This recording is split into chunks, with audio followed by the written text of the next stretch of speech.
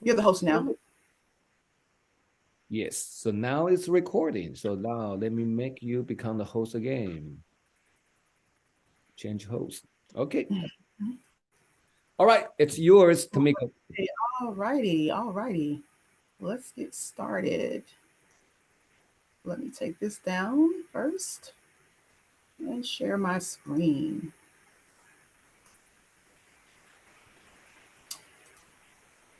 Start from the beginning. Hello, hello, hello, and welcome to tonight's Gifted Identification Process meeting. My name is Tamiko Park. I am the administrator for grades 3 through 5, also the assessment coordinator and gifted support lead. I am joined by my wonderful principal, Anthony Chung. So we're going to get started with this meeting. This meeting is for those parents who do not have students or children currently being served in the gifted program, but you're interested in how to get started or you're interested in learning more. And so that's why we're going to have this meeting tonight. And we certainly appreciate you joining us. And the recording will be available later. The gifted identification process, here it is at a glance, what it looks like, what happens during each particular stage. There's 3 stages: referral and consent, test and evaluation and administration, results. And you can see the dates down there at the bottom for each of those very, very important stages. And again, this PowerPoint will be made available to you so that you can record those dates on your calendar. You will see that the referral window is going to open up very, very soon. And so we'll begin kind of talking about what that referral process looks like, and then we'll kind of walk into the other stages. All right, so first up, the referral and consent. So the referral process happens in 2 ways, one of 2 ways: automatically, and that is where students scoring in the 90th percentile on the fall MAP assessment in reading or in math. They don't have to be in both. Your child, excuse me, would automatically qualify for evaluation. Automatically, 90% percentile in reading or math. The other route to referral is teachers and parents with knowledge of the student's abilities can refer the student for evaluation. And again, you saw the window is coming open very soon, in which, again, we'll take a look at our most recent MAP assessment that took place August 7th, I believe it was. It started on August 7th. And of course, again, if the teacher or the parent is familiar and very knowledgeable of the abilities, then you can certainly refer your child for evaluation. And so once we have those referrals in, then we send a notification letter out to parents, letting them know your child has either qualified automatically through MAP as our screener, or they've been referred by their teacher or even by you. And so then what we'll do is we'll look to obtain your consent for evaluation. And let's talk about what that looks like. Of course, no evaluation happens without your consent. You have to tell us, yes, I would like my child to be evaluated. And so, 1 or 2 things can happen once you get that consent form. You can say yes, or you can say no. You have the option. It's up to you. If you say yes, then the program team is going to review all of our consent forms. We're going to take count of who we have and who's interested in evaluation and who's qualified for evaluation. We're going to purchase those materials and then schedule and administer our exams. If you are not, if you do not want, as Mr. Chung just alluded to, if you do not want your child evaluated, that is certainly up to you, and we will always do what you set forth for us to do. If you do not want your child evaluated, then the child will just continue on in the regular education classroom. Don't let the words regular education kind of scare you. It just simply means that they're going to continue without gifted services in their classroom.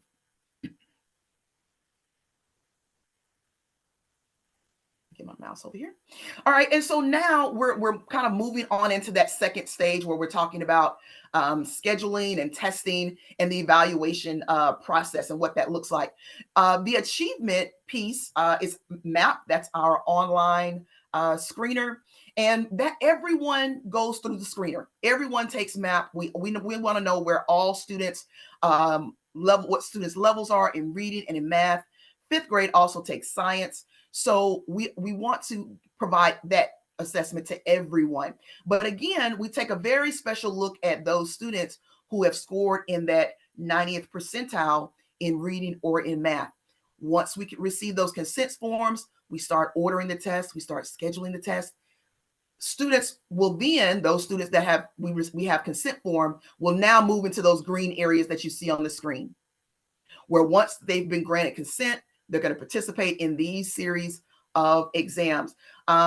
Gifted testing covers 4 main areas: achievement, which of course we would have already taken place, mental ability, creativity, and motivation. And you can kind of see there a little description about them and about the qualifying scores that students would need to score in order to kind of keep moving forward and eventually qualify for gifted services. Keep in mind that the online screener only qualifies you to be evaluated.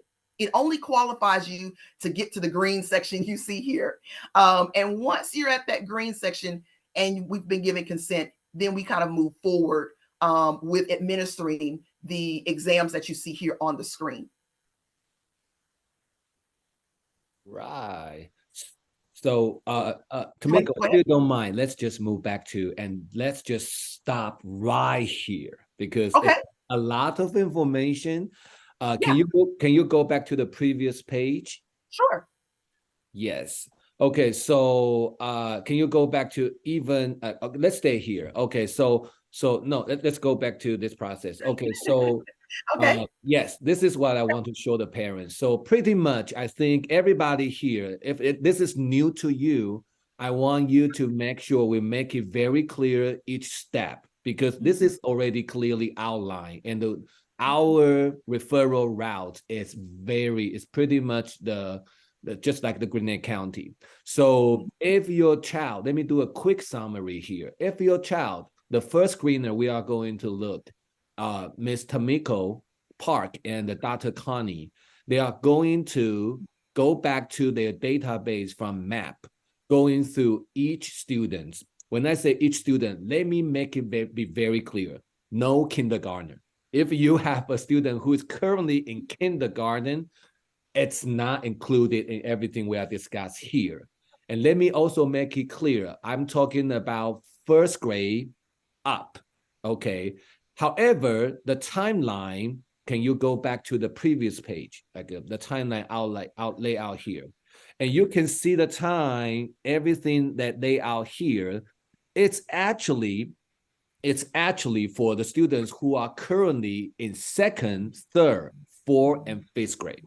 If your child is in first grade, we have the same timeline mapping out already, but their time, their schedule, so it's gonna be in spring, starting in like March, beginning of March for only first grade.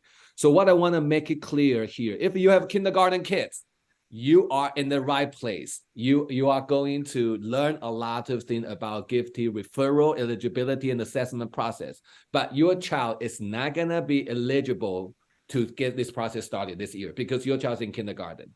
If your child is in first grade, your process, if you want to do it, and if your child has been doing well on MAP, there's automatic referral applied to your child, you will get a letter from me or Ms. Park, Tomiko Park, about the automatic referral. And that process will start from beginning of March in 2024. And the rest of you, second, third, fourth, and fifth grade parents, the timeline outline is for you guys, okay? So I just want to make it clear. So Tomiko, can you go to the next page? And so when I say automatic, pretty much if you don't know what the map is about, feel free to reach out to me, Tomiko, Park or Connie Lee. And we are going to, if you don't know, you don't even know what the report is, you don't have the report, feel free to reach out to the teachers or us. Okay, so the automatic report is going to pull your kids right out. If she does well, he does well, you don't even need to do anything. We will identify them. And of course, as a parent, if you are not meeting reading or math 90 or above the percentile, it's okay. It's your right. It's also teachers' right to let the gifted eligibility team. Let me tell you this. Everything we are going to process, the data we are going to collect, there will be assessment. And there's also a team, eligibility team. That being said, the process here is not handled solely by Anthony Chung and the Tamiko Park. I'm also going to recruiting the teachers and the supporting staff and the special ed teachers, everybody. So the team, I'm anticipating, in addition to myself and Tamiko, there will be additional 3 to 5 Wesley teaching staff to be joining the team. So that being said, I'm going to outline the calendar. So they are going to meet with me and Tamiko. Every single staff, they will be fully informed, highly confidential. No one needs to tell, like, it's highly confidential. So, once we move to the very, very last stage, which is the result, everybody will be fully informed, but it's pretty much criteria driven. The criteria is, can you go to the next page? The criteria is the next page. Yes, the criteria is right here. Okay, so there are 4. Okay, in order to be eligible, you have to meet 3 out of 4.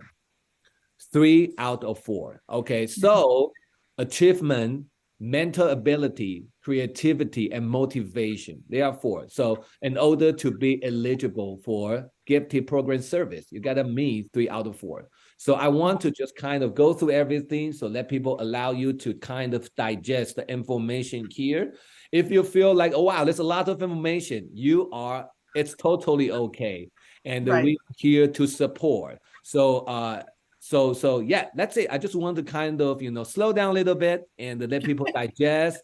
And Tamiko, now you are free to go to the next slide. All right. And I do apologize. I literally just walked in the door, so I guess I'm just still flustered from driving so long. But the results, once we have the results back, we will send parents out a letter letting you know of your child's score and if your child actually qualifies for gifted services. We anticipate on sending that letter out in February, I believe it is. Mr. Chung, is that correct? February the 5th, I think, around that time. Yes. Yes. So we anticipate on sending those letters back out to you to let you know how your child performed on those exams and if your child qualifies for gifted services. Some additional notes that Mr. Chung, I actually think just clarified and just added for us was the first grade students are tested during the spring semester. And if they qualify for gifted services, the identified students will participate in the gifted program at the start of their second grade year. Okay. And students who do not qualify for evaluation at the fall administration, let's say they don't quite make it into that 90 percentile, they'll have a second opportunity to qualify for evaluation. Oh wait, Mr. Chung, I think we actually spoke about this earlier. Is that correct? Yes. So for this one, it would be, I think you need to update. You need to update it. This yeah. We need to update this. Yeah. So please allow us. The second bullet point, it may be confusing. And Tamiko, I don't know if you have time. So pretty much for this slide, we should just include the very first one. So right. The green one would be mainly for the first grade students. Right, mainly for the first grade. So just ignore. We actually just spoke about this as I was driving here, as I was driving home. So I apologize for that. Just kind of ignored that particular bullet. But that's actually all we have. That's actually all we have. So we'll take questions and feedback. Both Mr. Chung and I will be able to answer those questions for you. So can you go to page 5? Mhm. I think that is the most intense information Yeah. located. So I want to make sure and if parents you have any question, I don't even know what you guys are talking about. Colgate, GRS, MAP. So let me just give you guys a little bit information. MAP Yeah. is a computer adaptive test. Everybody at Yale, we does MAP 3 times a year, Mhm. fall, winter, and the spring. And the Right. second one, COGAT, is mental ability testing, and you can Google it. This is a very popular, actually, the pretty much old school district. Everybody adopt the COGAT. There's another one called Iowa. It's also being used, but COGAT now is the most popular one because it delivers the most precision data for the purpose of this test. So COGAT is a test that once we identify the amount of students, the number of students, who is going to take the test, we are going to order it. It will be shipped to our testing coordinator, which is Ms. Tamiko Park, and we are going to come up with a schedule and pull out the kids to administer that test. So that's why if you look at the timeline for actual gifted education assessment administration, it takes more than a month because number one, we don't want to rush, right? Number two, we want to, every time when we administer tests, we want to really making sure all the accommodations are also provided. So it's not just order the test, create a schedule, put the kids out, finish, and write down the score. It's more than that. So once that's done, the score will also be recorded and shared with the gifted education eligibility team. And the last one is another test called Torrance, right? So that it measures individual creative potentials. And the last one, motivation, this had to do with the classroom teachers. The teachers are going to be given materials to evaluate the motivation. Motivation when it comes to the actual sheet, it takes some time. And we don't want teacher to rush. So that's why just for this one alone, me and Dr. Connie and Ms. Park, we were talking about this. We don't want teacher rushing, right? I give you this form. You have 5 people you need to evaluate. They just rush. We want to make sure we give teacher plenty of time and let them know you have 2 weeks and you have 5 students, let's say, right? And we want to really making sure the data we collected here, it can present reliability and validity. So everything when we put it together, it can be, the goal is to be objective. Okay, so you have teacher input, you have like looking at students scale wise, the creativity and COGAT and also MAP. Okay, so once you meet again 3 out of 4, and then with your permission, you are eligible. Yes. So now I want to turn this to the parents here. So if you have any questions, feel free. And I know there are some questions in the chat. So Tamiko, you can move to the chat and see. Maybe we can start with the chat and see what questions are theirs. Okay. I want to make sure. I think I But stopped let sharing. me, there's one question that came in already. Okay. Having to do with kindergartners that scored above 90%. I asked what year, they referred to last year. So this is something, if you joined in late or maybe you didn't quite catch it, what Mr. Chung and Ms. Park have explained is that the first year, the first time that students become evaluated for gifted is in first grade. Okay, so if your child was in kindergarten last year, this year would be the first point at which they might become eligible to go through the process. But for first graders, it's first grade, second semester. Right now, we're in first semester. So let's say your child's in first grade, you got their MAP scores back. They scored over 90% in either math or reading. Will they go through the process? Are you going to get a letter from Mr. Chung in a few days. No, you're not. If you refer your child, that will be fine, but it will be held until second semester. And second semester for first grade is the standard for the state of Georgia. I Mhm. actually don't know any schools that begin gifted process, the gifted evaluation prior to first grade, second semester. So if but your child, let's say they scored over 90% for this map, right? And they take map over again, because there's 3 times in January, but they don't score over 90.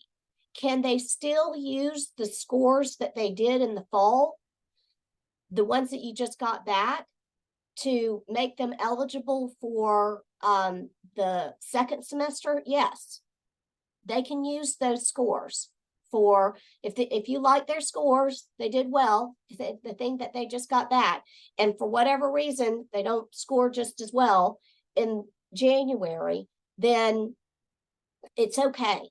But I will tell you that Ms. Park pointed out last night in the map testing session that we had, that most kids will do better in January than they do at the very beginning of the year, coming straight off of summer, because you have summer slide, which means that they haven't been going to school regularly during the summer. So, and this is academic achievement. This is not mental ability. Academic achievement moves around, based on, frankly, what grade they're in. So last year, if they did really, really great at the end of the year, wonderful. But then when they came back, they're being tested on their new grade level, right? Not that where they were at the other grade level. So there's a good chance that they may do better in January. Okay. What we do that's very unique at Yale is that we give maps 3 times a year. Not all schools do 3 times. So they can become automatically eligible many more times. Also, in our district is our school. We don't limit the number of times that a child can go through the process per year. So most school districts limit that you can only go through the process every 2 years. So if you go through the process this year, and either by referral or by automatic, and then next year you can't go through the process, you're going to have to wait until the following year. So let's say your child's in first grade right this year, right? And they just, by the end of the process, they didn't quite make it, but you think that they're even more ready next year. For most districts, they're still going to have to wait. They'd have to wait until 3rd grade. But what we do is that we allow for children to go through the process without a limitation. So they can do it every year. Okay. As long as they have those scores or a referral, then we'll go ahead and let them become evaluated. So it's honestly, what it boils down to is a little more work and a little more money. But we tend, isn't that right? That's it. Right. It's more work and more money. But the board strongly believes that this process is worth it. And if your child goes through the process, let's say in first grade, and they didn't quite make it, and then second grade and they didn't quite make it, don't think, oh my God, this is just not working out. Because you know what you may not have noticed on those slides is that when they get in 3rd grade, the eligibility goes down a little bit. It's not 99%, which is really high, it's 96, which is still really high. But that 3% difference, there's a lot of kids that fall right in between there, and so also another thing that I want to express is that your kids can become eligible for gifted program until they're in 12th grade. Okay. So, in fact, as they get up to middle school and high school, eligibility, it it becomes different because a lot more can be dependent on their grades rather than just the straight testing.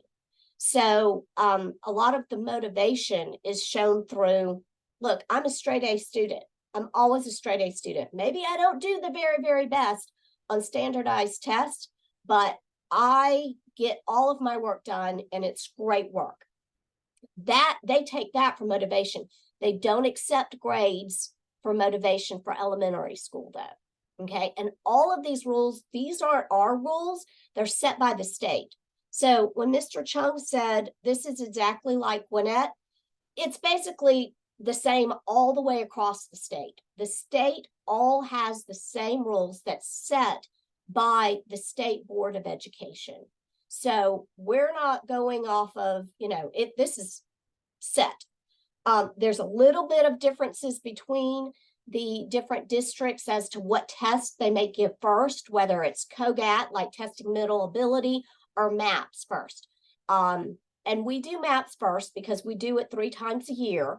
And we think that it gives parents a better idea of how their kids are doing. Because you'll hear, if you go into this and really study it, that a lot of people believe there's nothing that you can do with mental ability. Mental ability is just, you're born with it. I don't happen to be, I'm just going to go ahead and tell, I don't happen to be one of those people.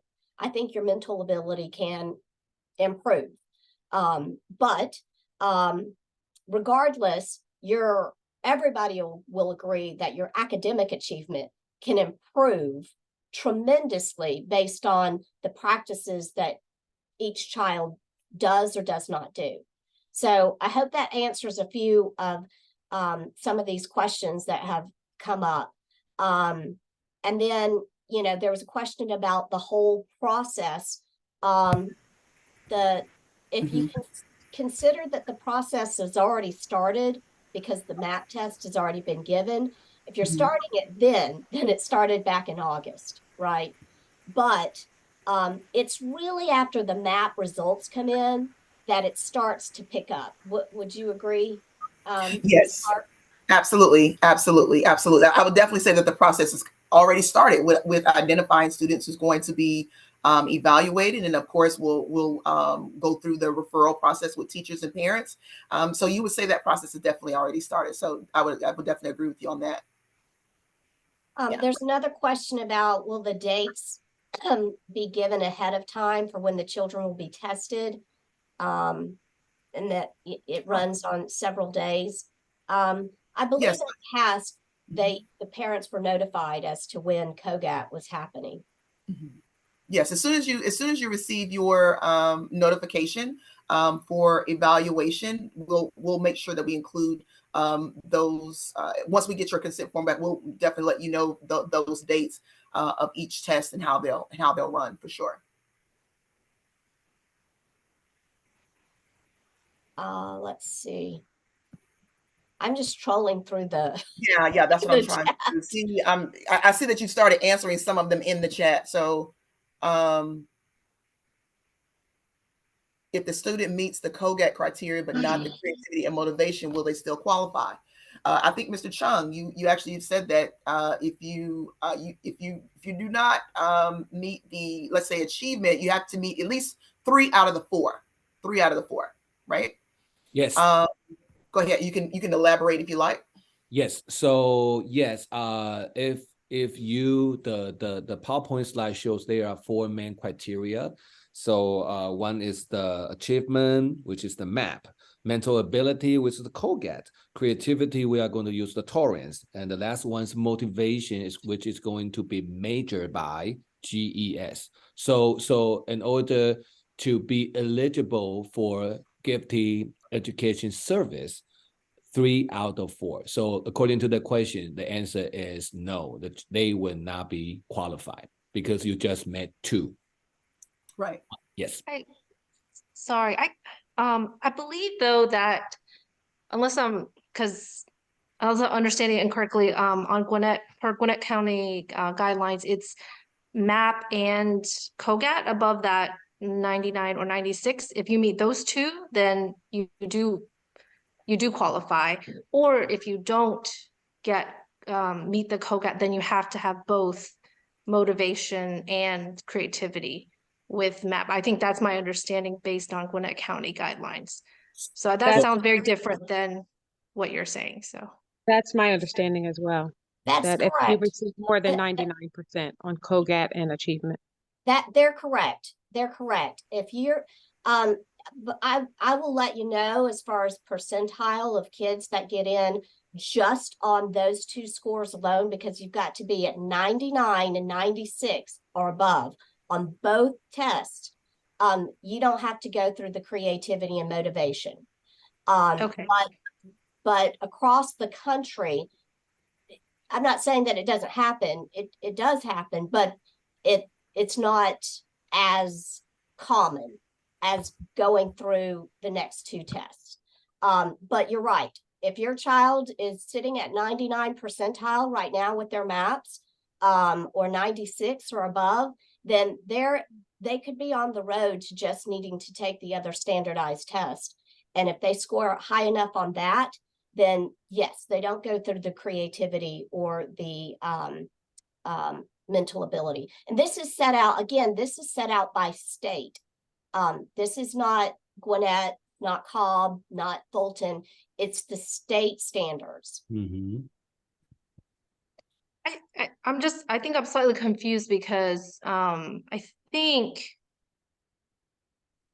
think the criteria that you guys are presenting is a little different than like last year. So if I remember correctly, last year it's MAP and COGAT. So we're talking about just first or kindergarten through second grade, I thought it was you have to be 99% or higher, then you automatically just MAP and COGAT will get you in for 99% higher.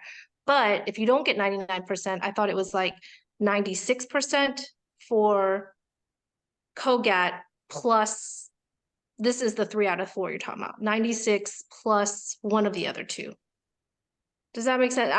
I think that's what the slide is very confusing to me because it seems different than last year, because 99% on COGAT alone should get you in, or 96 on, and I'm just talking about the kindergarten through second. I'm not sure what the 3rd through 5th criteria is. I thought it was 96 and higher plus one of the other ones. So that's why it sounds very different than last year. Yeah, I heard you. So Lisa, feel free to provide more clarification. So I heard you clearly about for the COGAT, if students from kindergarten to second grade for COGAT score 99% above, what you are saying this, along with the MAP criteria, by these two, the child is automatically promoted, like a select or advance to the. So Lisa, is that correct, or I just need to, because this part, my understanding is if a child is meeting that, is awesome, right? So, but in the meantime, my understanding is 3 out of 4. But what the parents saying here is like for the kindergarten to second grade, 99 percentile above. 3rd to 5th grade is 96. Yeah, that's actually what we put. But once you meet the COGAT, what the parents asking here, sorry, I don't know your name, please. Kim. Yeah, Kim. So that is automatically like acceptance to the kids to the program. Is that correct? I mean, I'm not 100% sure about this, but I want to double check. Right. And of course, all districts have the ability to change it how they see fit. So yes, Ms. Park.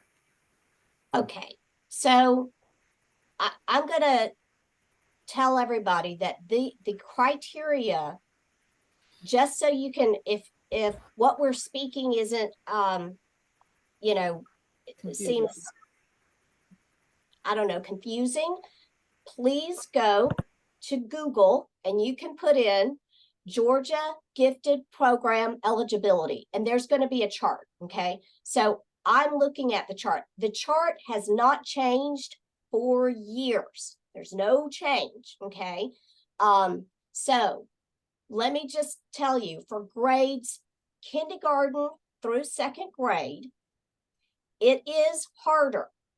And but for all grades, you can get in on just testing alone, because the creativity and motivation, they don't necessarily call them testing. They're evaluating. So because it's not like a standardized test, it's not a nationally normed test. Okay.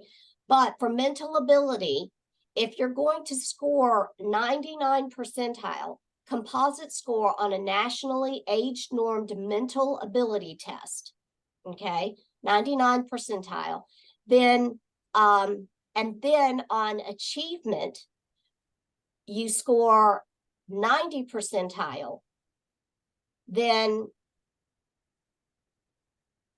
is it, hold on just a second, let me make sure.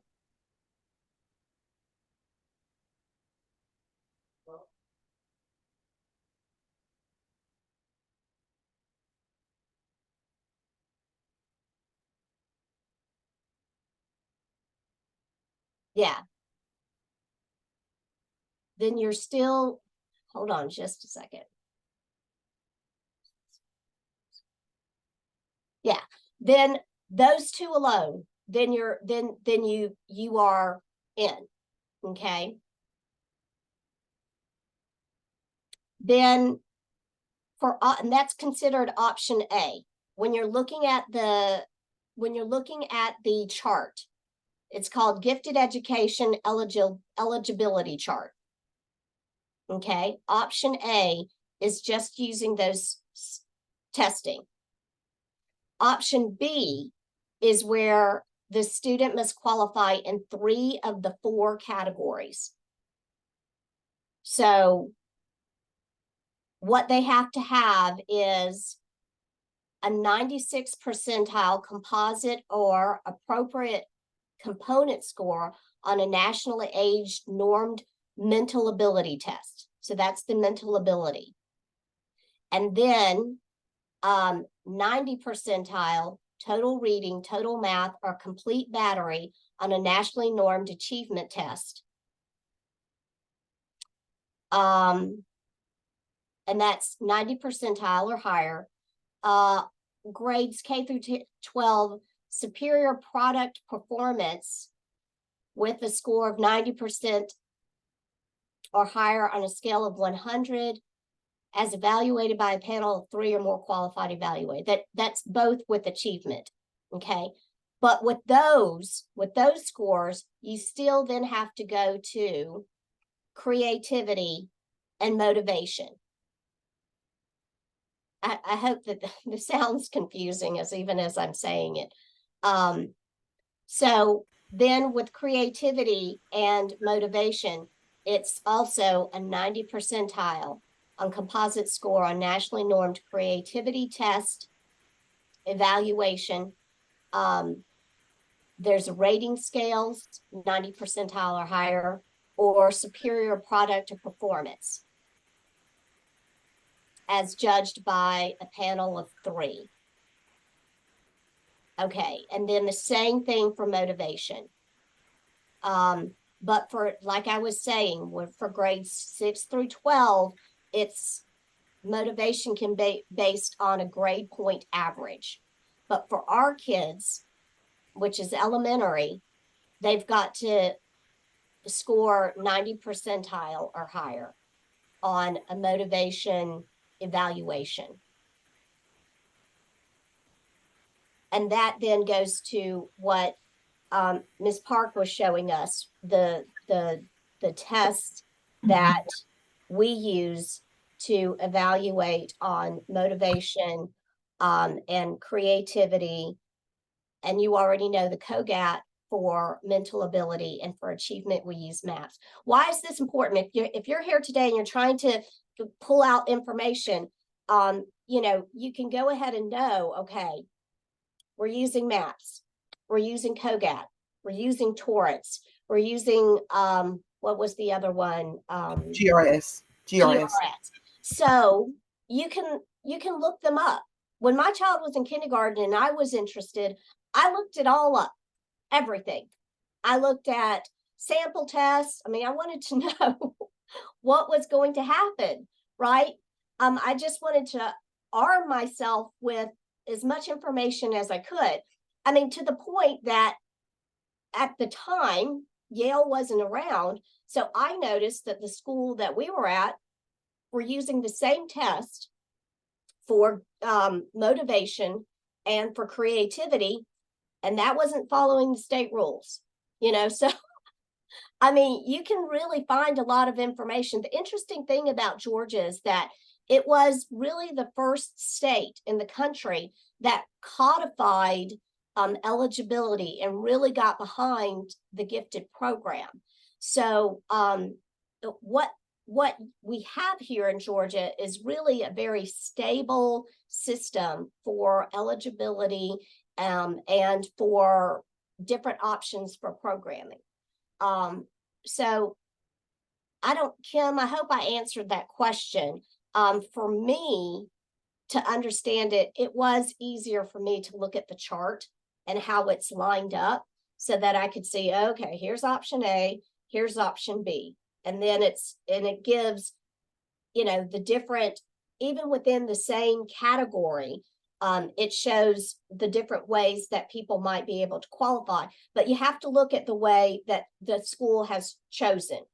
So for example, with creativity, we've already chosen which way that it's going to be. Is that the GRE or is that Torrance? Say it again. What was the for creativity? Is that Torrance? Yes. Yes. Okay. Mhm. Yes. Yeah. So you can already, know for that particular category, we're using Torrance. For motivation, is it GRE or GRES? GRS. GRS. Okay. Gifted rating scale. Mhm. Okay. And for the GRS, sorry. Oh, we can't hear you now. Oh, Okay, sorry. For the GRS, so the motivation, is that like kind of graded, just evaluated by like one teacher? Is it the ELA or the target language? I was thinking, depending on the student, they may be more motivated in one class rather than the other, or kind of what does that look like? So I can answer that question. That would be evaluated minimum by both ELA and the target language teachers. And of course, we will try to include like maybe take a knowledge or other teacher who service, but for sure, because these two teachers, ELA and target, they see the kids every day, 4 hours minimum. Every day. Mhm, mhm. Okay, thank you. That's a good question. there's a question. Does Yale receive extra funding for each gifted child? Yes. Well, it's kind of hard to explain, but I think the short answer is yes. It boils down to what we call FTEs. But the short answer is yes. Yes, all schools do. Yeah.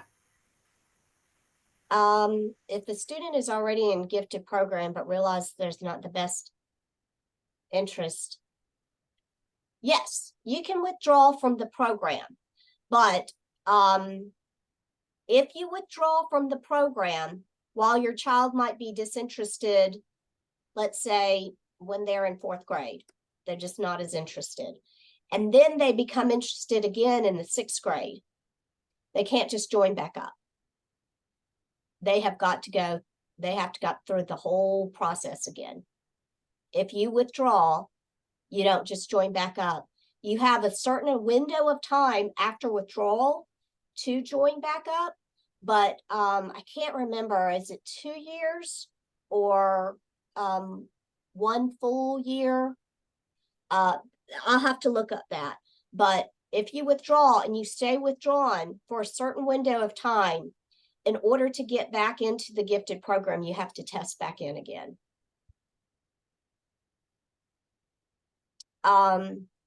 Let's see.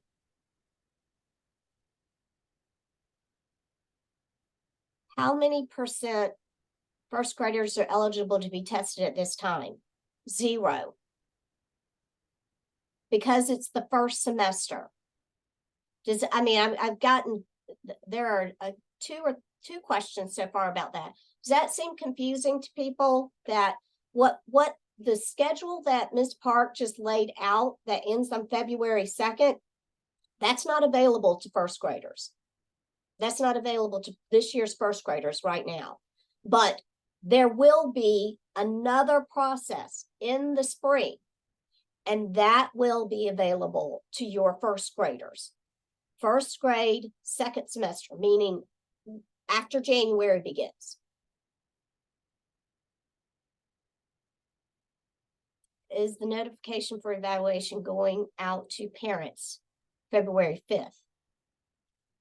It could be February 2nd. I thought that I saw that. Is that right, Ms. Park? Well, if we have the results sooner, of course, Mr. Chung, you can say we can definitely put them out sooner. I think we were just kind of giving that window and making sure that everything was back in and we could get everything back out. So that's the long date, but sure, I'm assuming that if the results are back in, Mr. Chung, you want to add in? Yes, I think we are right now looking at the final result will be available for parents on February 2nd, which is a Friday. That's the plan. But If that changes, you'll get notice. yes, of course. Absolutely, absolutely. So for first graders, will they be notified this fall during the spring semester? The spring. It'll be the spring. Yeah. That's correct. Does every eligible student get tested every year, including those ones are no. If your child's already in gifted program, they don't. So here's the thing: if your child gets in gifted program, let's say first grade, second semester, right? Then and they stay in the gifted program, they participate. They follow the rules and do what's asked of them, whether it's additional projects or more difficult, challenging work in school, depending on what the collaboration is with the gifted team and their teachers, right? They do all of those things. They successfully participate.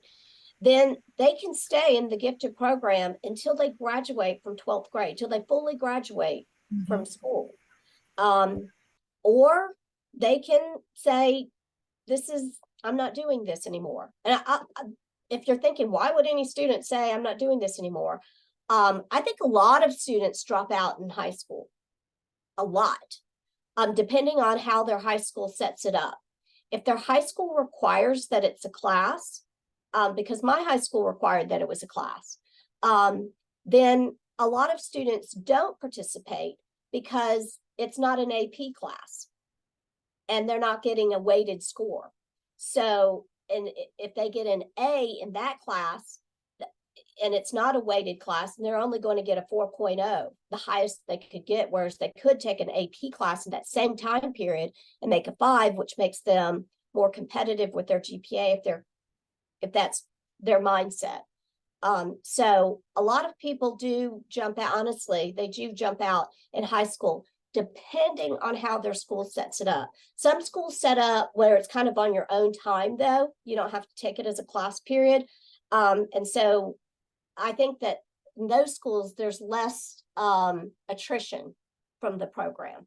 Dan's had his hand up for the longest time. Maybe we should call on Dan. Hi, sorry, it's Christina on Dan's Oh, hey, Christina. This is kind of a debate whether you should even ask, because I have a son who is first grade being tested, and then I have a daughter who is in gifted, and then we got that notice today about how the program's going to be run, and if it's too much of a time commitment, I don't really know how it's going to be run. It's still up in the air how you all are running this. And so if it's too much of a time commitment and they pull out, then you're saying like they can't reapply for like 1 to 2 years. Because I guess I didn't expect it to be a commitment from the parents and the students. And I don't know if any of it's going to occur outside of school, like OM. Because then that affects our decision of like, oh, do I even want my child tested? Because I don't want him to be pulled out and then ineligible, you know, for another year or 2 years. No, if a student decides that they don't want to do the program, but they rejoin the program within a certain window of time, and I have to do the research, I can't remember off the top of my head, then they Mhm. don't have to retest. But I think it's either 18 months or 24 months, something like that, that they stay out, that they would need to re-enter. We don't want that the programming for the gifted program students to be so difficult that Right. they wonder about leaving the program. And if that's the case, then we really need to know.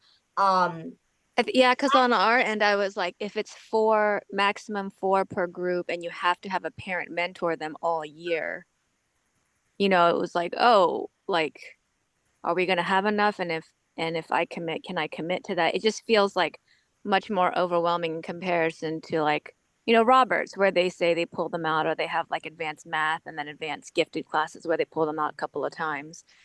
So there's like a vast difference in the way the programs are run, that affects the decision, I think, even on the parents' end a little bit, because it's like, how much commitment do we have during the school year in addition to all their extracurriculars that they're already doing after school?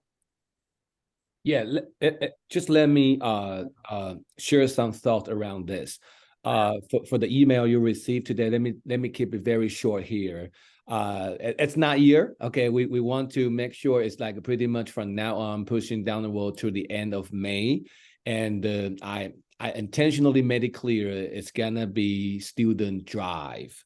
And the mentors, the way how I put it there, and also for like the OM, it's really like we need some adults around presence. And in that email, I did not include it. Is I'm also planning to include or recruit teachers, and so it's really just not solely on parents.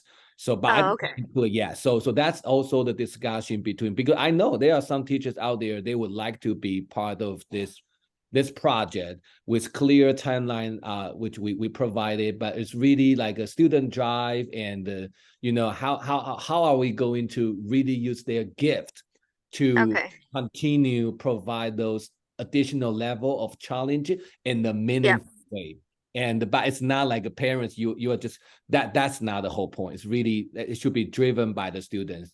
But I mean, but adult presence is needed. I'm very big about that, because you cannot just leave the kids there, just do everything, because it's not just gonna be, adults have to be present somehow. So there will be a November 1st, there will be a in-person meeting. So that meeting, I'm going to make it very clear. And my goal is I would make parents very clear, understand what they are going to, the kids are going to go through. So yes, thank you for that input and feedback. Okay. I mean, honestly, Christina, I think that we are relying on feedback like yours. The decision to allow second graders to participate in the school-based project and not the Odyssey of the Mind, it's because the Odyssey of the Mind is, it's a lot, and that's why most schools kind of consider it might be overwhelming for second graders, and they start at third grade. But we had already gotten feedback from other second grade parents that they really wanted to participate. I think that maybe for second graders, that it should be an option whether they do a project or not. That, I think that's something that the gifted program team can consider for the second graders. They can opt to do one of the school projects, or opt not. But then for the third, we've already explained for third grade and up that the projects are something that they need to participate in. Pretty much if they participate in the project, you know, that it's not so much of a grade, like you're going to get an A or you're going to get an F. They need to just participate in the project. And part of it is, I mean, just plain old group dynamics. of Mhm. just learning to work with other students, and some students that might be older than you and some students that might be younger than you. The challenge for the older students is to how to include the younger students so that everybody is participating. And for the younger students, it's, you know, to be able to participate and not be too intimidated by the fact that they're in a group with some older kids. They actually might enjoy it. So the whole project is multifaceted, Mhm. rather than just coming up with a product, because a lot of these school projects have already been developed to a certain point. So we're trying to see what the kids come up with their own project, right? Yeah, I think the project model is fabulous. Like I think it's actually sets Yale apart and that it's great. It's just the logistics of it of like, is it going to be after school? And, you know, the mentors, one parent mentor for every 4 students is just where I'm trying to wrap my head around. But the project model, I think is fantastic, you know? I agree with that. We're gonna once we get the surveys back and see how the groups fall, Mhm. and know, you know, look, if we've only gotten a certain number of parents who can you know, volunteer and help, we might modify the groups a little bit. That's, you Okay, know, okay, it's okay. subject to change a little bit as far as the groups. Maybe they'll be Okay, 5, okay. you know, instead Yep, of yep, 4 yep. because Okay. of, you know, timing and volunteers. But Okay, those that's are great questions. And I mean, I know that a lot of people on this session here today, your child may not be in the gifted program yet, but a perspective of a parent who has one child in already is, you know, what happens in it. And there's some questions already here about the programming. Like there's one here. In the meantime, how is a child's class assignments differentiated to keep this child ahead without academic regression? So I don't know, Ms. Park, if you wanted to pick up on that. And I'm sorry, Yes, I'm sorry if I can interject. I'm a grandparent, so I don't know how to raise my hand. it's okay. It's okay. So the question above what Ms. Park Lisa had mentioned was a question regarding kindergartners who score in the high 90 percentile and even the 96 percentile in kindergarten. Are they able to move up to the first grade so there is no regression in the promotion of what they're learning? No, Georgia law does not allow that. What Georgia law allows is once they are eligible and then they accept to be in the gifted program, which at our school and almost every school that I know in Georgia that I've checked with, which is again, first grade, second semester. If you're in the gifted program and let's say you accelerate in math to the point that your servicing may be to move up a grade in math, then that is a form of a service. Gifted service. But until you are in the gifted program, that is not eligible to any student. I hope that makes some sense. So I've checked on this numerous times because I can understand where your question comes in. We've had several parents before they even join Yale, can my child skip a grade? And if you're coming from a private school where that was allowed, this is where the question usually comes in. It's that public school in Georgia, you're not allowed to skip a grade. But if you are in the gifted program, your servicing can be to move up to a higher grade in the areas that are approved for you to. So it might not just be math, it might be math and reading.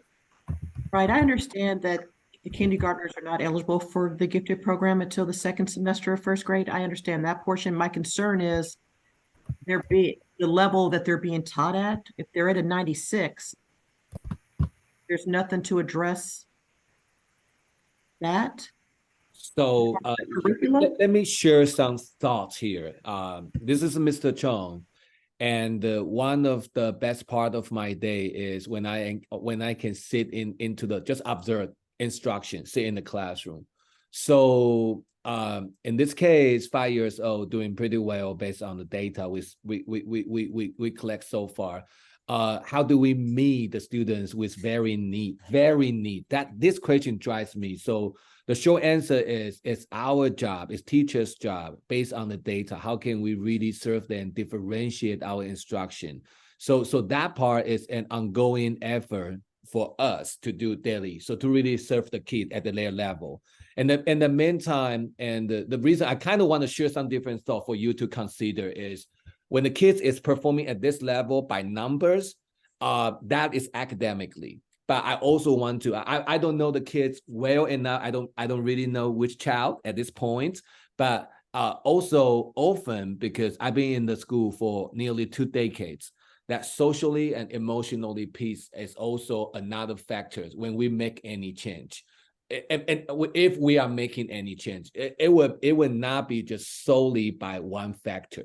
So that's just like some thought I want to share here. So when we only look at the one factor, but there's also some other factors, because in general, that's why this child, the whole person is awesome. So I just want to share that thought here, and just for people to think about, to consider. Yes. Yeah, I thank you. I appreciate that. I understand. I guess it was just mainly curriculum driven question for me, that I was concerned with the level of, the homework that I see coming home, etc. But I can digress and let you move on with the meeting. Thank you. Thank you. Thank you. Oh, sorry. Just to answer the question on differentiated instruction, at Yale we use IXL, which is an adaptive online program that the school has adopted, and you'll see a lot of teachers in their classrooms use that particular program to really accelerate students' abilities both in reading and math. I know we talk a lot about it in math, but it can be used for reading as well. So for those students that are very far ahead of their peers, of course, we all know that they're going to be tested on the standards that they have, of the grade that they're currently in. So we always want to make sure that they know those standards. But when we know that a kid is excelling far and beyond that, we use programs such as IXL to that helps us to differentiate a lot of the instruction in classrooms to help maintain that high level for all of our students in reading and math. Great, thank you. Yeah, absolutely. So I think there's a few questions over in chat that have to do with what happens in the gifted program if their kids become eligible and they accept getting into the gifted program. Maybe I'll start off just a little bit, and then Ms. Park might be able to just pick up.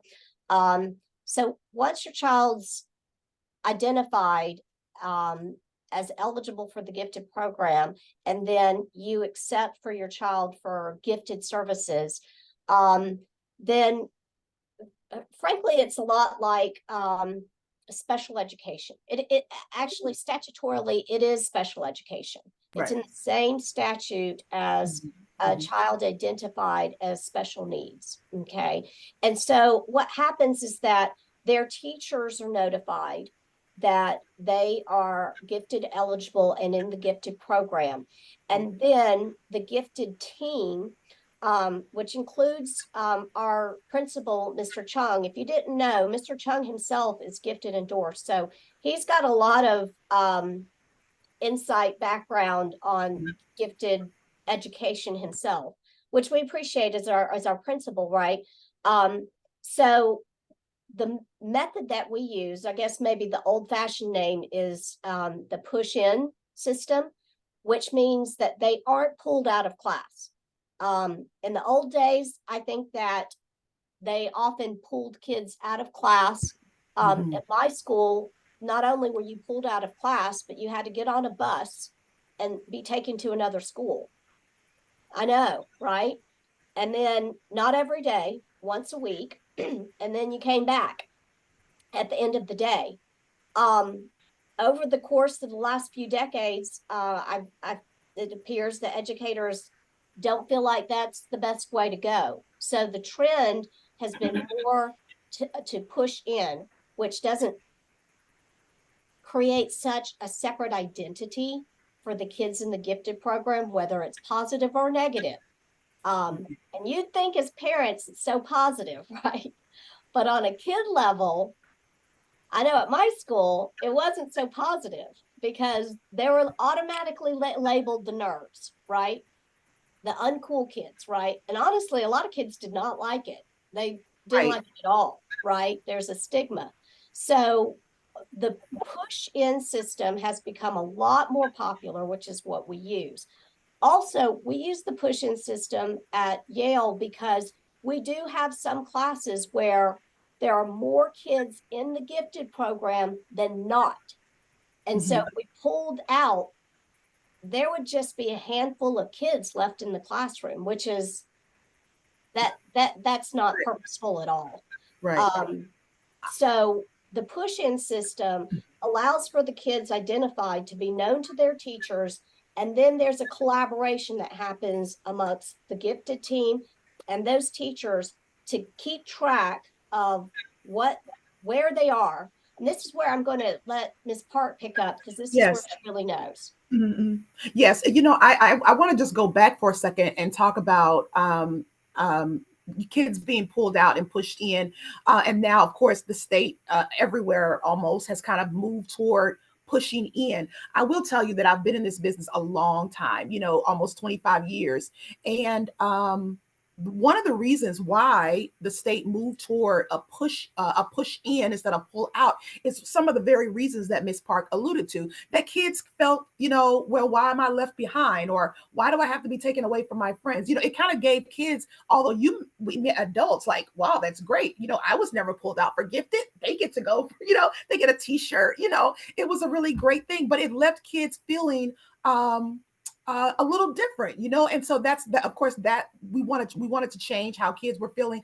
And let me tell you, from the teacher standpoint, tell you a little secret.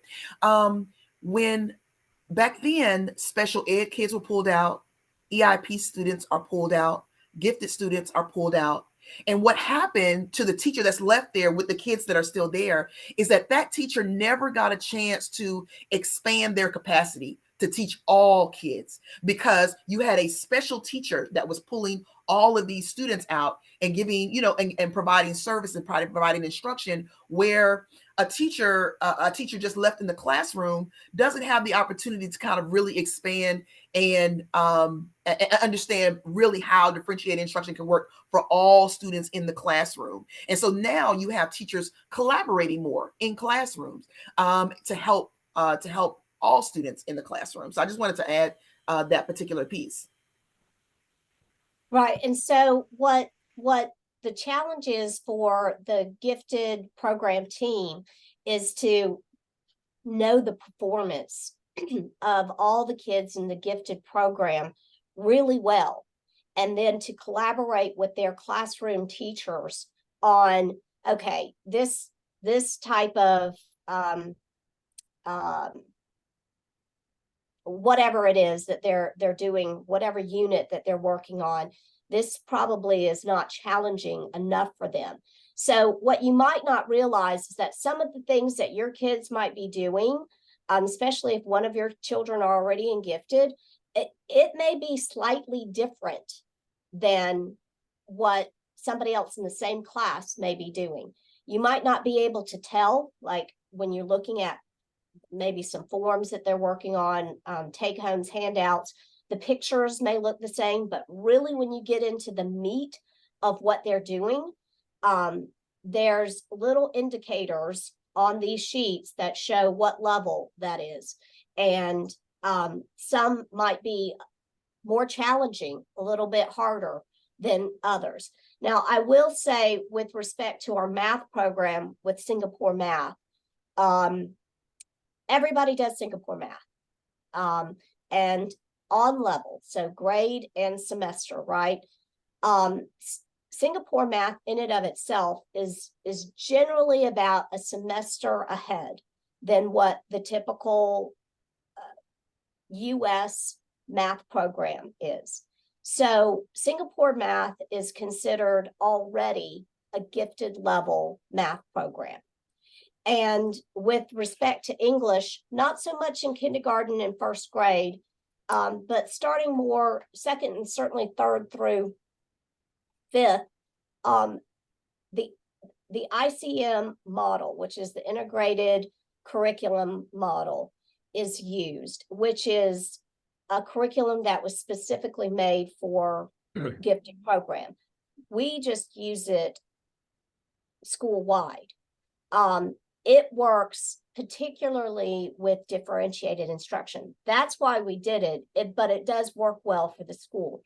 We knew the school would have to have a lot of differentiated instruction because we knew kids were coming in with respect to the DLI, the dual language immersion portion of the school, at very differing levels. You had full-on speakers who could read, write in their target language, and then you had some kids who could speak conversationally, but couldn't read and write.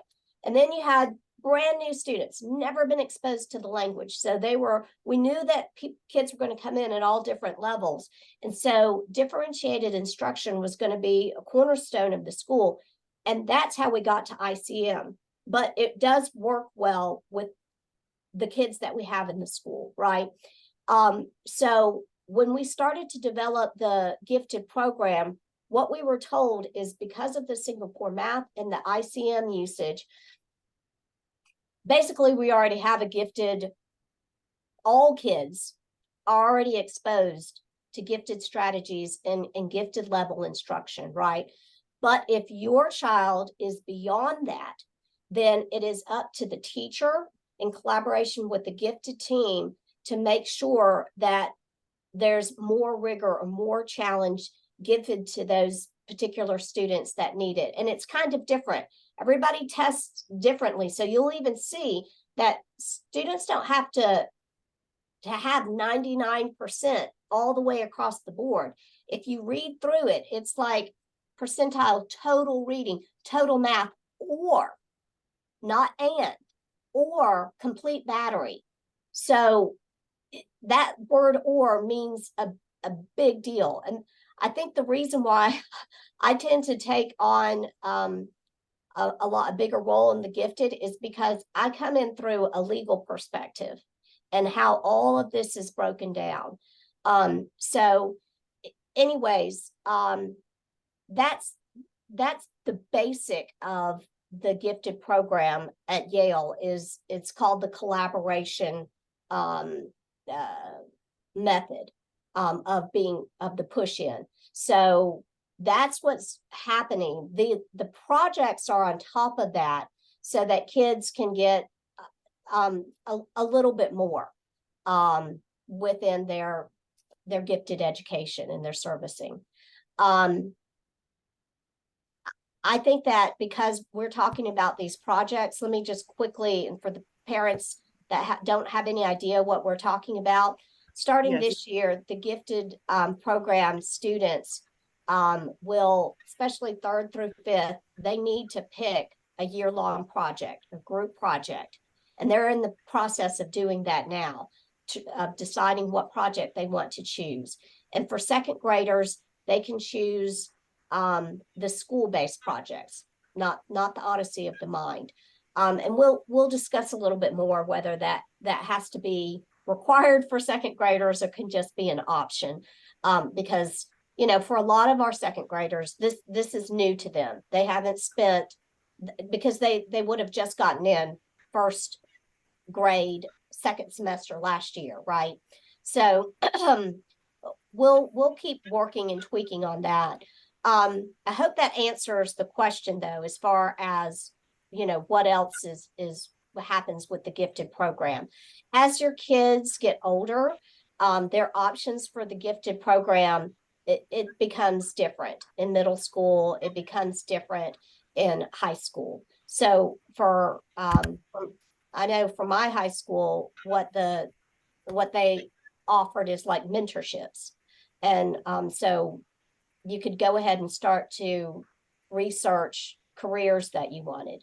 But at our school for right now, that's how it works, is the collaboration with the gifted team and your teachers. I hope that these answer the question. It's not that there's a group. I'm trying to answer some of them in the chat as well.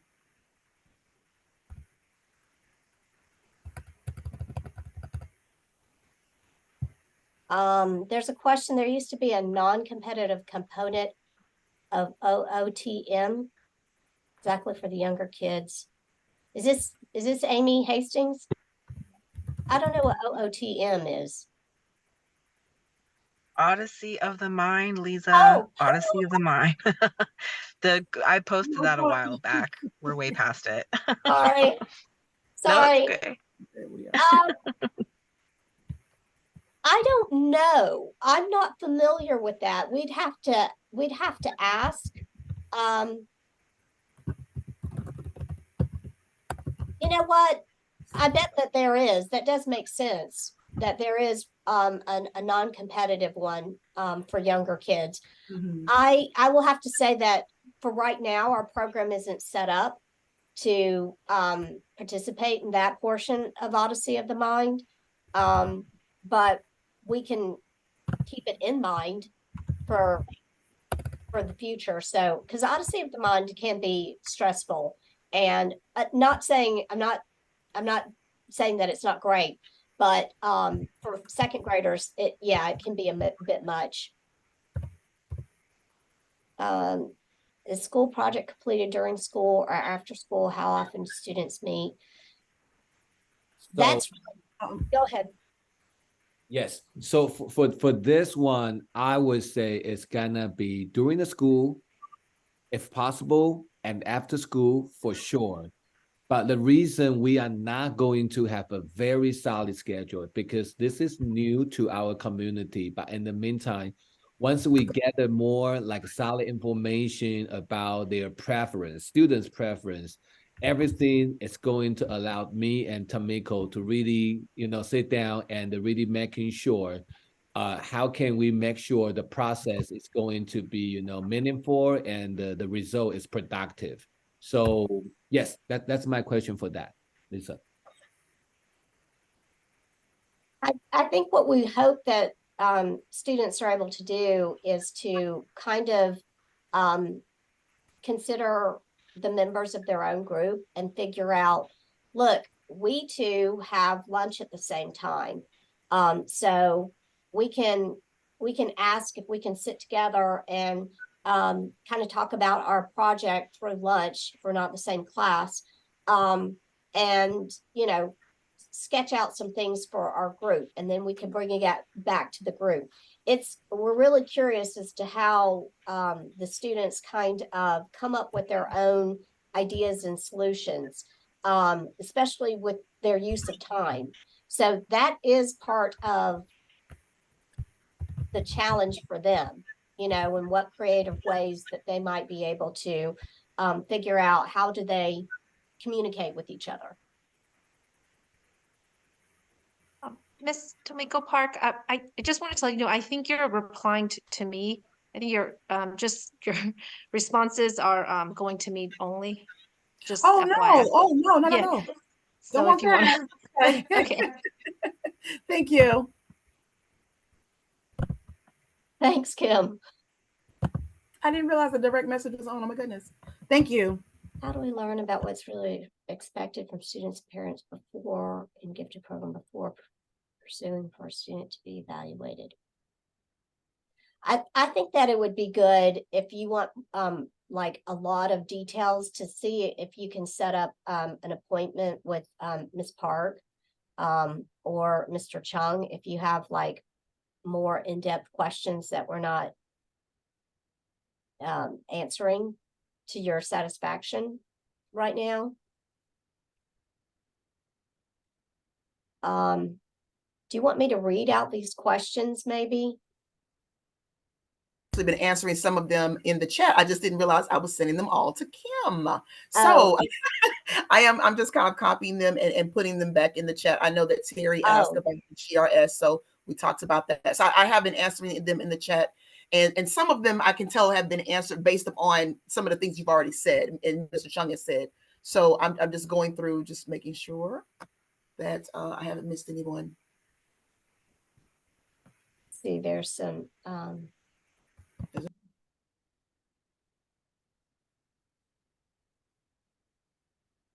those projects done in school. So the projects, are done outside of school, or if they find time inside of school within, like I said, within lunch or some of their recess.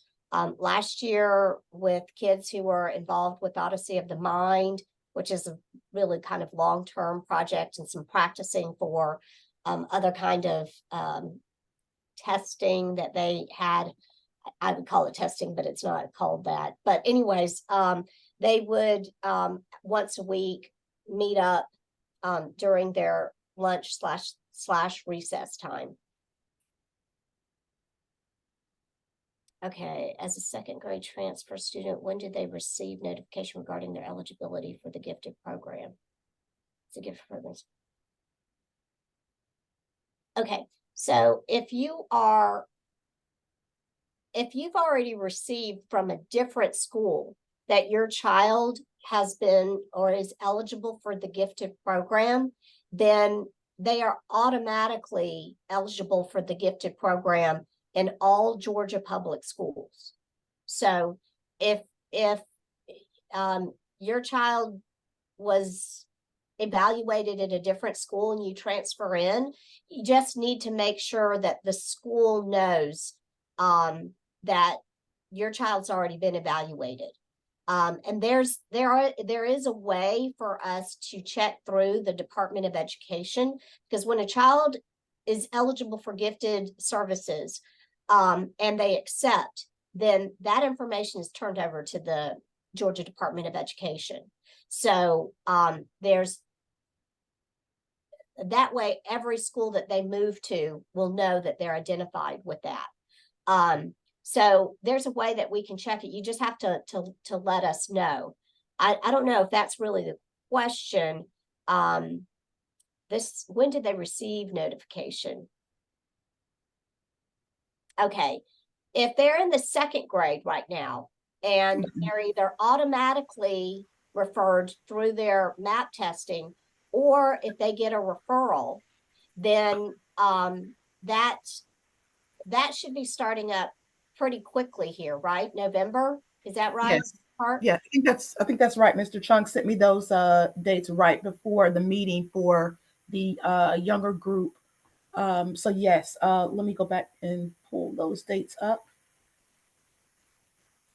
Yes, the referral period is going to start February the 20th through March the 8th. The assessment, we're proposing March the 3rd through May. Okay, you're talking about for second semester. Yes, second semester kids, yes. Okay, Oh, so I'm sorry, you're talking about, go ahead. This semester, when do they start up? If they are eligible to go through the process, when did they find out? Okay, so let me share some. Yeah, so the schedule we put together for the referral process, the referral has 3 categories: automatic, parent, and teachers. Everything's going to start taking place from October 23rd to November 10th. So during this time, either I'm going to, put it on the principal weekly. So things like that, you are going to let us know if you want to do parent referral, and the teacher will get a note from me if you want to refer any kids for the gifted education service. Or if your kids are already standing at that either reading, maths, 90 percentiles, that is Dr. Connie and the Ms. Tamiko Park's job to identify who those people are. Yes. So is that clear? Yes.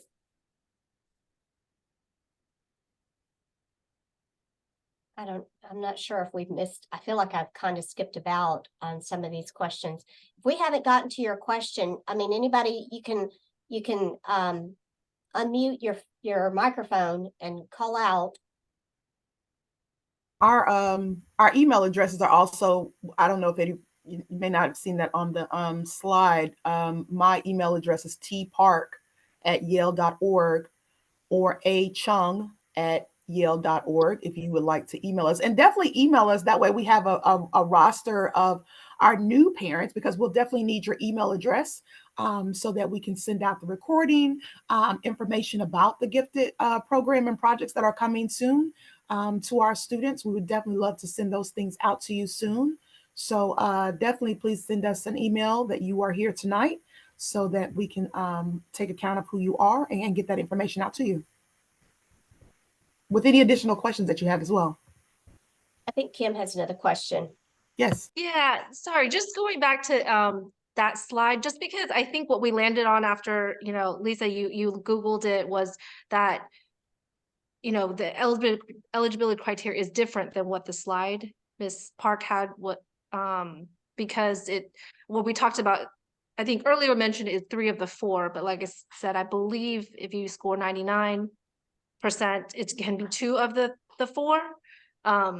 So my understanding, at least from last year, is, and then the COGAT has to be 99 or higher, that could get you in automatically, or 96 plus one of the other tests. So that would be the 3 of the 4. But if we can just have clarification around that, I think that would be really helpful, because like I said, even if people, you know, come back looking at the reporting and looking at that slide, I think that would be very confusing, because I don't think, at least based on last year, unless things have changed, I don't think that that's exactly what. Things So if we haven't could just get changed. clarification. Things, because we Okay. can't change them. We can't change the state eligibility requirements. Gotcha. Okay, so if we could just make sure, since, you know, if this recording's gonna be going out, that slide's gonna be going out, we just wanna make sure, like, you know, it's we're on the same page on that. Be great.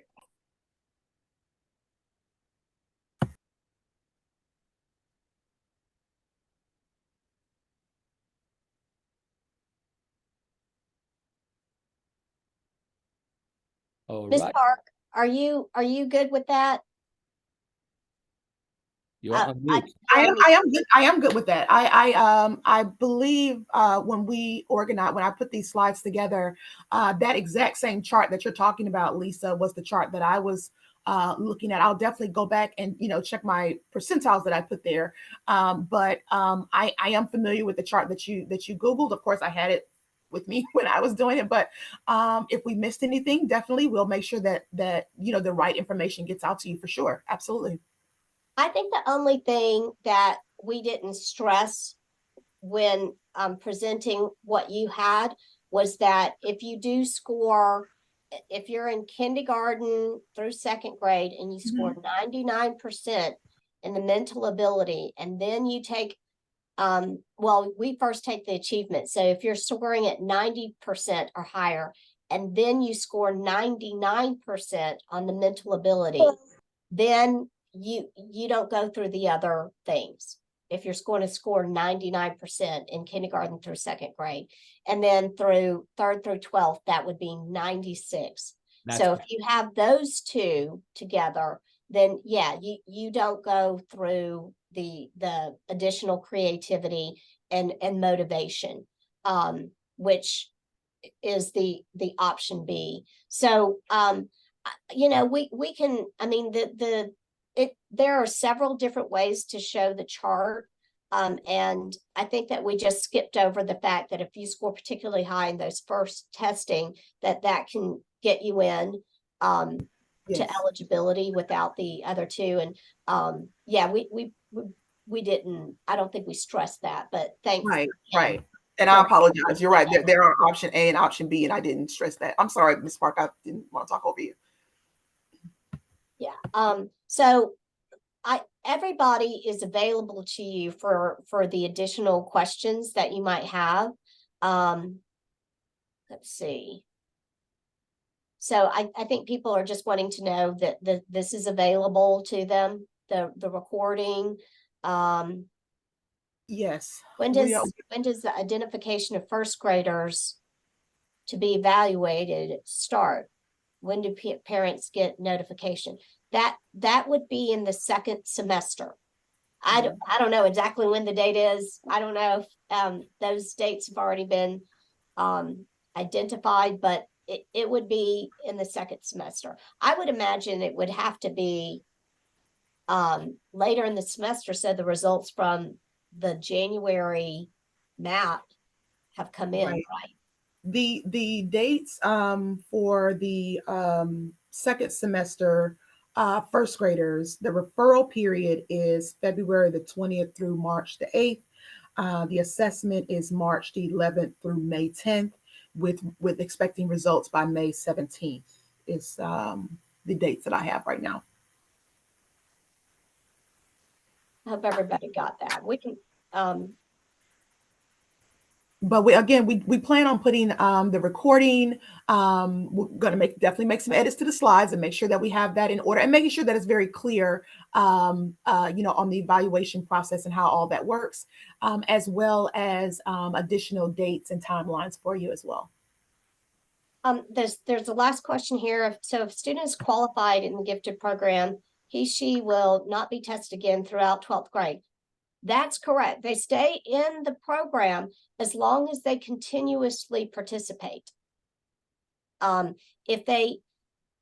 If they drop out, they can rejoin without testing again within a certain window of time. I'll look it up. I'm sorry, I don't remember. And Audrey asked if you could repeat those dates, Ms. Park.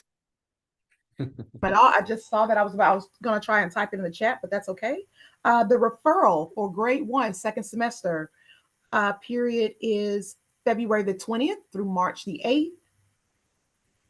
The assessment window is March 11th through May 10th. And results, we are expecting them by May 17th. That is for Miss Audrey. There was a question that I saw somewhere, and now I can't find it again, as to why kindergartners are not evaluated. I don't actually have a specific answer for you, except for that no one in Georgia does. We followed the recommendation of the state to start first grade second semester. I myself had asked the question years ago, and I didn't get an answer back then either. But when I talked to a private evaluator, because kids can have private evaluation, it's not accepted at Georgia public schools, but some different states accept private evaluation, right? I think Florida is one of them. Is that a lot of kindergartners can't read when they come into school. And some kids can and some kids can't. And to keep it kind of fair for everybody, because just because a child didn't get that additional reading component in preschool doesn't mean that he or she may not qualify, so they kind of want everybody to get up to the point that they can read to a certain level on their own. And I think that's why it's set. This is what I was told. Again, it was a private evaluator for a first grade second semester. Yeah, I believe that's the case as well. They want them to be able to go through that and read on their own. There are a handful of kids. My oldest son was one of them that could read in pre-K. He would actually, he would maybe act up in school, and then he would read the note the teacher read, and then he'd hide the note in his backpack so he could read very, very well. I came from Tennessee, so we actually, did some things in-house to help him to kind of accelerate, because of course gifted just was not available for kindergarten students. So that's kind of been the norm. Not sure why, when you may have a handful of kids that hey, I think my child is gifted. Why not have them evaluated? But it is, we have to wait on the state to tell us when we can, and if we can't, then we can't, unfortunately. This is my own personal opinion. This is not an opinion of the school, and I don't think the school would ever take a position on this. But I do think that if you really want your child to have the option of gifted services, you think that your child is probably, going to test well, but you just want them to be prepared, I will go ahead and tell you there are several things that you can find online. A lot of them are free, so that your child, if it won't be the first time that they're looking at the Creativity Torrance evaluation, and they can go ahead and, practice. They can know what it's like. Same thing with motivation, same thing with COGAT. There are so many things on COGAT that you can find, which is supposed to be just mental ability, like I said. But there are also a lot of groups of parents of gifted program kids that are out there, national groups and state groups. So that there's a lot out there that you can kind of educate yourself with.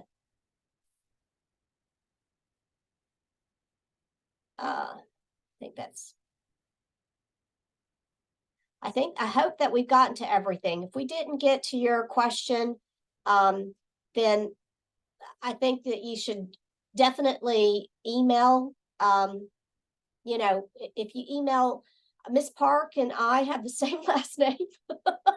So if you get confused and I get one of her questions, I'm going to take the liberty to share it and forward it on.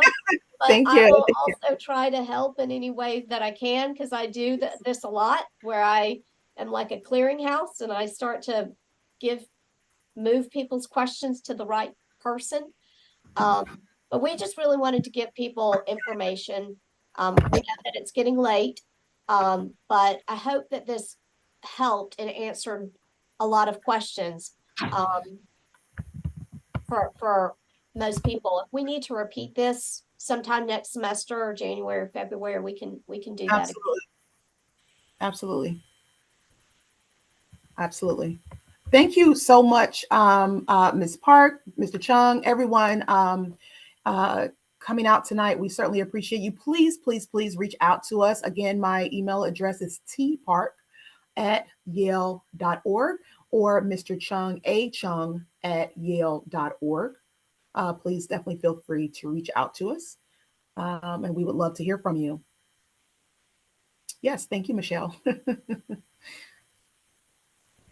All right, I think we'll definitely send us an email as well, so that we have your email addresses, because this is a new set of parents, so we won't really have your email addresses already on file like we have, like Miss Haywood. I definitely have your email, Miss Haywood. So I'm familiar with you, and if I've seen some other last names on here that are familiar to me. So, but please send your email so that we have your address.